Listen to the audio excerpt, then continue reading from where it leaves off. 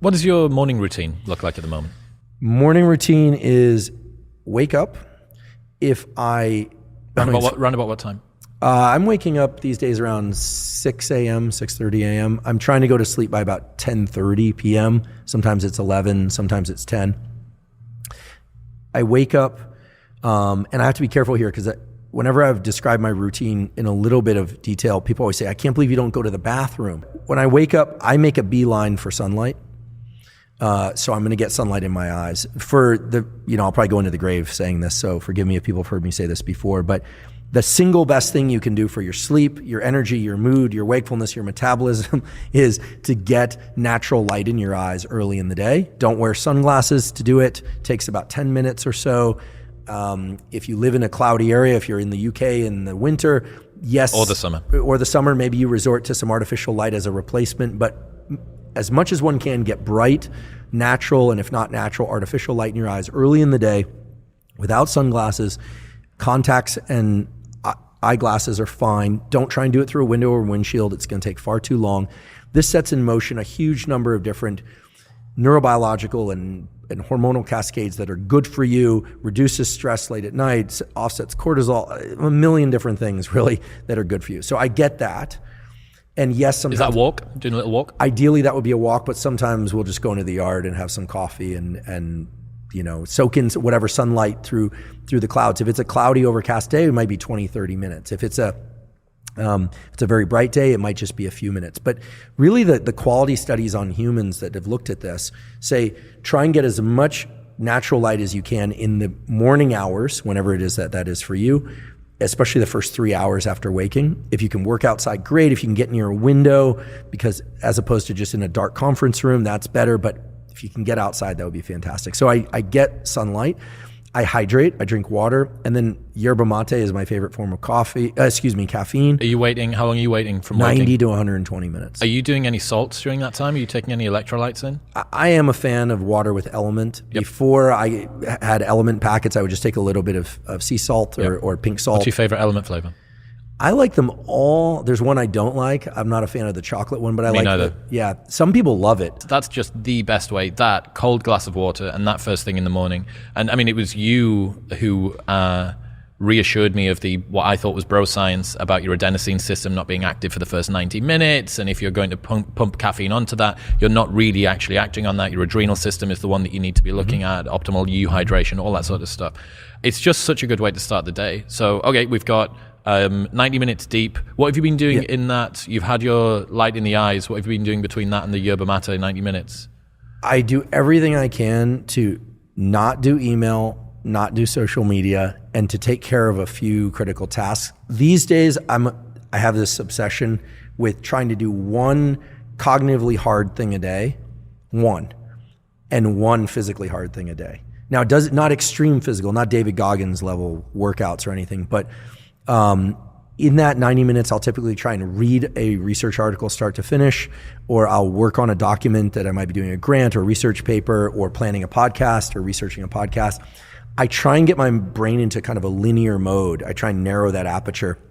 Because if I don't, the distraction that's created by social media and interactions with others can kind of wick out into the rest of the day. So I'm not necessarily trying to finish something in that time, but I try and do something challenging.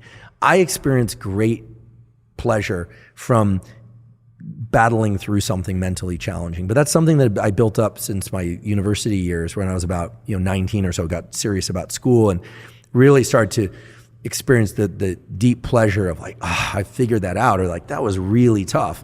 I don't always succeed, but that's what I'm doing in that hour to 90 minutes.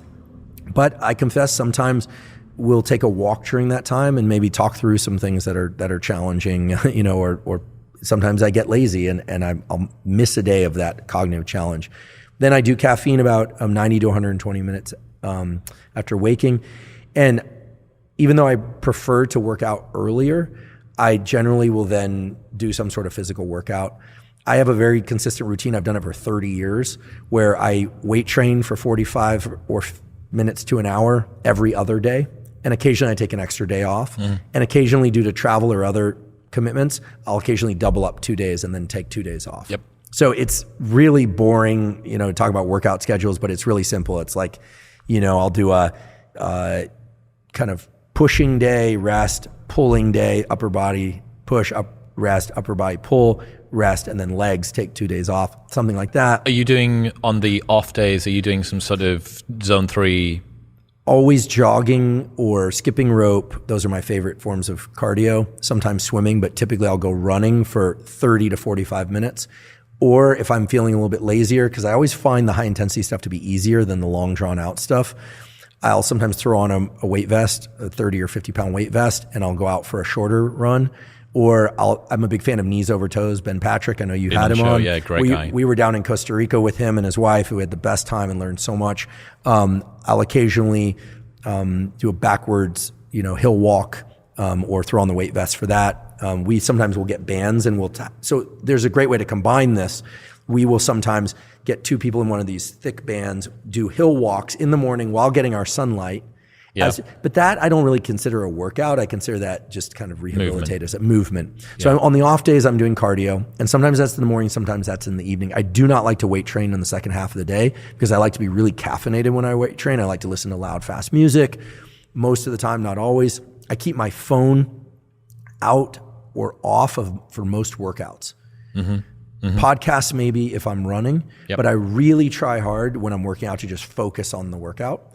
And those workouts, the weight training workouts, are always 10 minutes or so of warm up and then no more than 40 to 50 minutes of really hard work. If I do train hard any longer, I don't recover enough to be able to come in a few days later.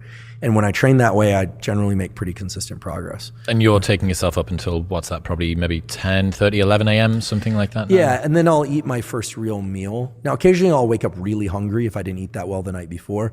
But typically after I train, I'll eat. I like oatmeal after I train. Oatmeal, fruit, some fish oil, protein drink, and then maybe 90 to 120 minutes after that, I'll have a real lunch. My lunch is pretty much the biggest meal of the day. If I have my way, it'll be a steak, a salad, maybe a little more starch, although I sort of got it earlier. Brazil nuts. That meal sometimes can extend longer and longer. I love to eat. A feeding fast, I love to eat. Yeah, so I'll eat, and then I confess I usually will work a little bit more for about 30 minutes or an hour, typically email, and then I'll take a 10 to 30 minute yoga nidra nap or a nap, and then come back refreshed. I really struggle with the naps, man. I come back after that and my emotions are all over the place. I'm disoriented. Maybe it's because I struggle to fall asleep super quickly, and therefore I'm extending that period out for a little bit longer than I need. I probably need to try the yoga nidra thing. But for me, I'm absolutely all over if I do that. I wake up and I don't know what day it is, and my emotions always feel a little bit out of whack as well. I wake up grumpy from naps sometimes, I'm told. Okay. There are a few times when I've woken up just really angry. I have no idea what that's about. I don't know any of the neurochemistry associated with that. Sometimes I wake up from naps, it's really pleasant. I'll occasionally do, if the nap is early enough in the day, afterwards I'll have a nice double espresso and get back into work. That's the hardest part of the day, actually. If I was well structured in the early part of the day, it's that 2 or 3 p.m. The key is then to try and get something really useful done cognitively again. So some people might look at this and say, wait, you're working for an hour in the morning and 30 minutes here and an hour in the afternoon. When are you actually working? But it's really about the depth of the trench when you're working. And so if I'm going to drop into something again for a few hours in the afternoon, I'm really going to drop into it. And that's typically phone off and out of the room. And my goal is to get to the evening time so that I can do the things that I want.